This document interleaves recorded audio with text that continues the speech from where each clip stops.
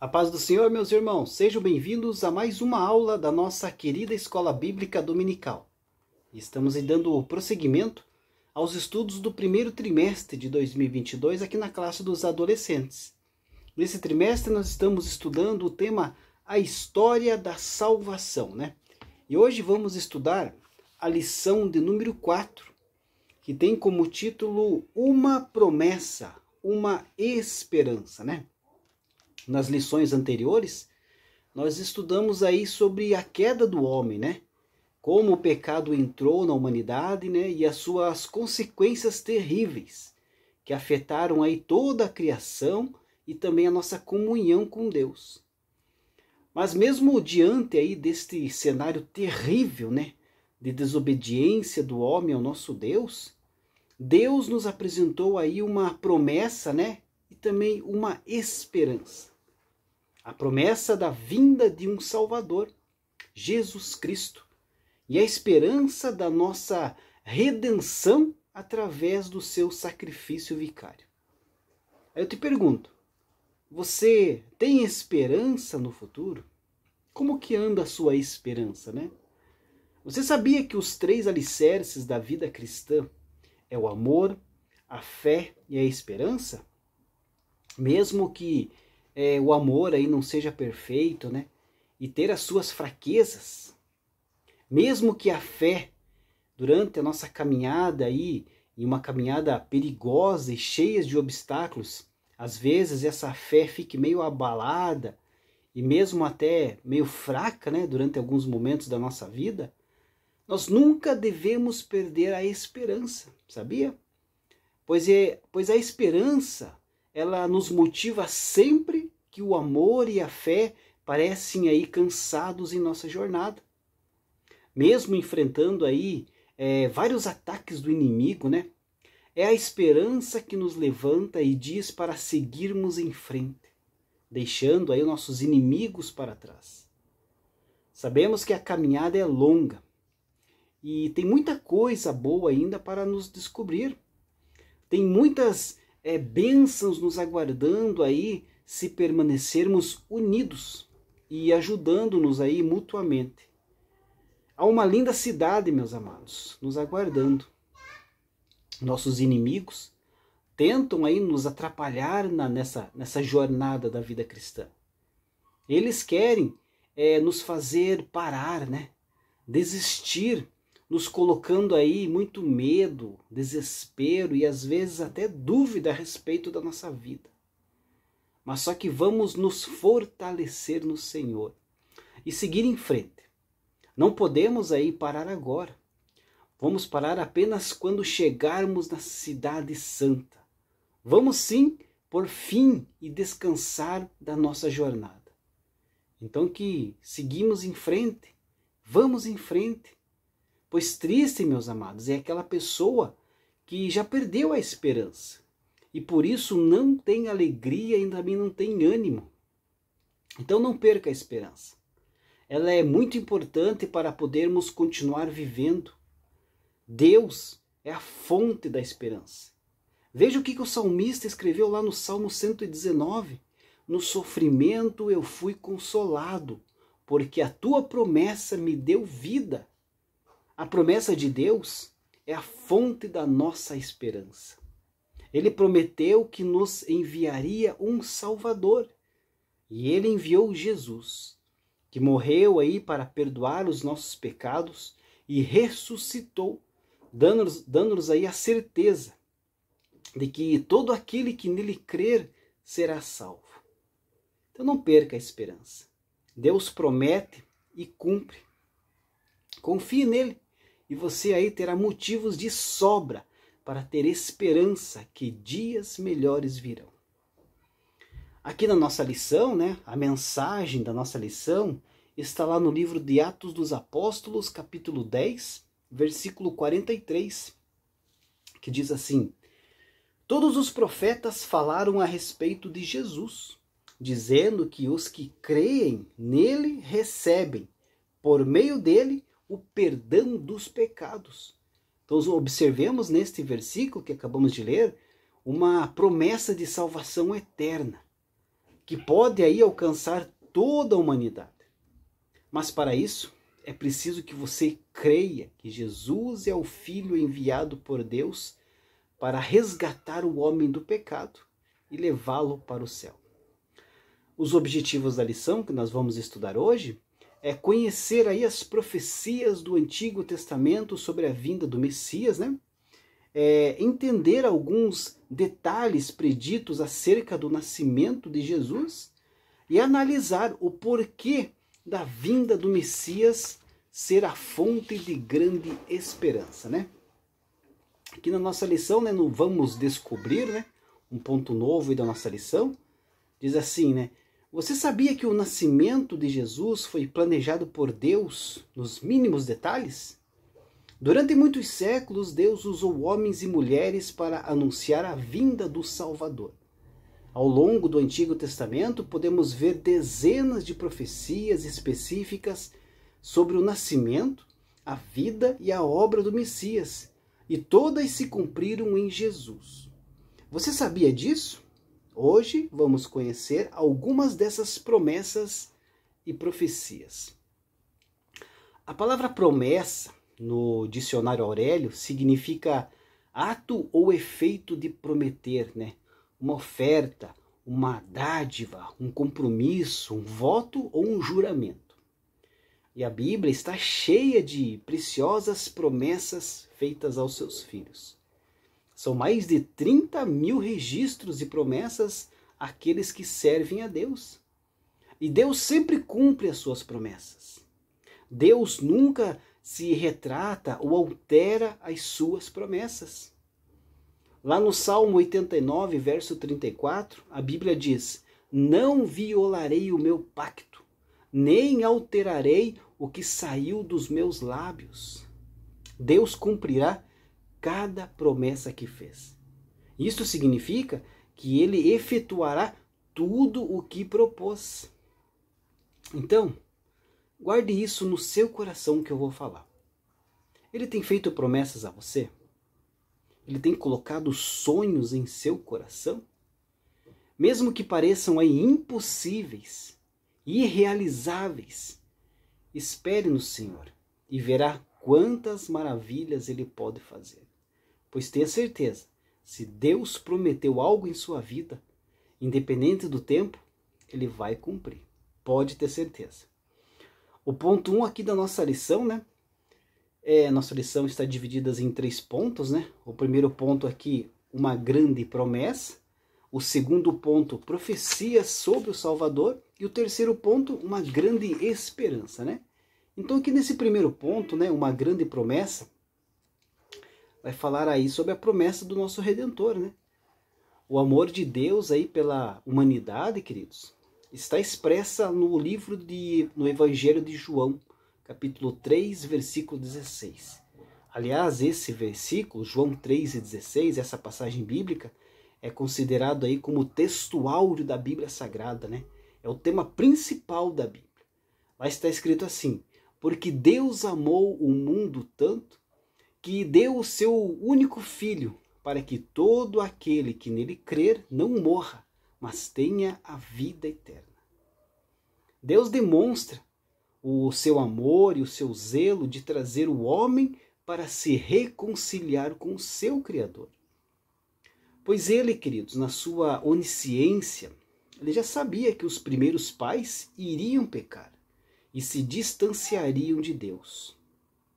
Então Deus fez uma promessa de esperança, né? Que enviaria um Salvador.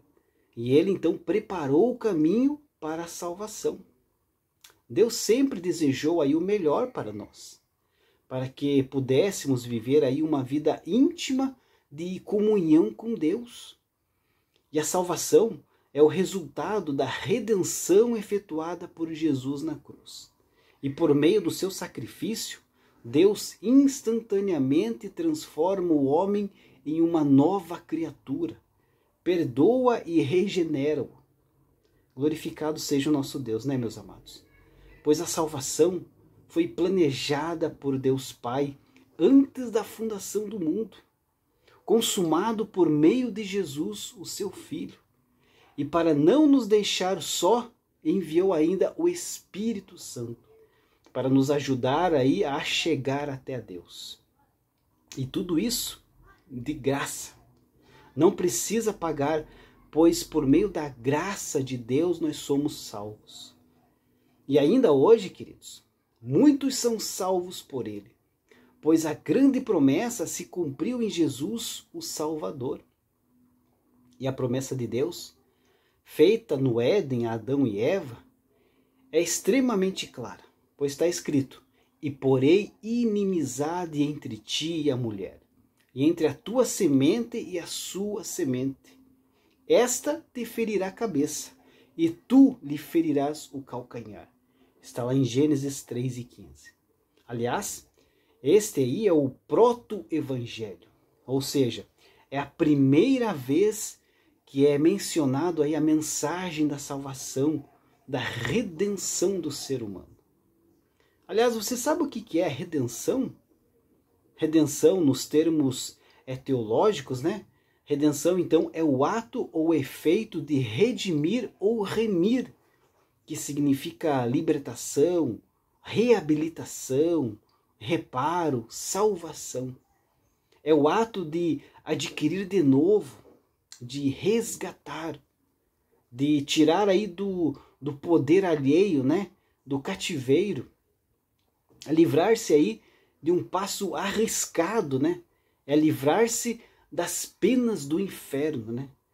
Então o plano de salvação é um resumo da mensagem principal da Bíblia. Esse é um maravilhoso plano de salvação que Deus preparou por amor a nós. E Jesus Cristo é o nosso caminho de volta a Deus, né? E por meio dele nós temos comunhão com Deus. Ele nos promove a reconciliação, né? É a aproximação de Deus. Mas somente Jesus tem esse poder. Existe alguém que pode falar para você que fazendo boas obras você pode chegar-se a Deus, né? Ou que existem outras formas, né, de conseguir esse perdão a Deus através de outras entidades, né? Mas não, queridos, é somente através de Jesus. Somente Jesus que teve o poder aí de pagar os nossos pecados pelo seu sacrifício. Não existe outro caminho para se chegar a Deus a não ser por Jesus. Então, se você está me assistindo e ainda não entregou a sua vida a Jesus, faça isso agora. Entregue sua vida a Jesus. Peça perdão pelos seus pecados e seja uma nova criatura em Cristo Jesus. Seja herdeiro deste plano maravilhoso de salvação. Porque sem essa entrega para Jesus, infelizmente, você não vai ter vida eterna ao lado de Deus. O ponto 2 da nossa lição, né? Profecias sobre o Salvador, né? Sabia que muitas pessoas duvidam que Jesus realmente tenha nascido e existido? Só que muitos historiadores, né, escreveram sobre Jesus, como os historiadores romanos, né, Tácito, o historiador romano Plínio, grandes nomes, né, até o historiador judeu Flávio Joséfo, e até mesmo o Talmud, que é uma coletânea de ensinamentos judaicos antigos, né, a tradição judaica.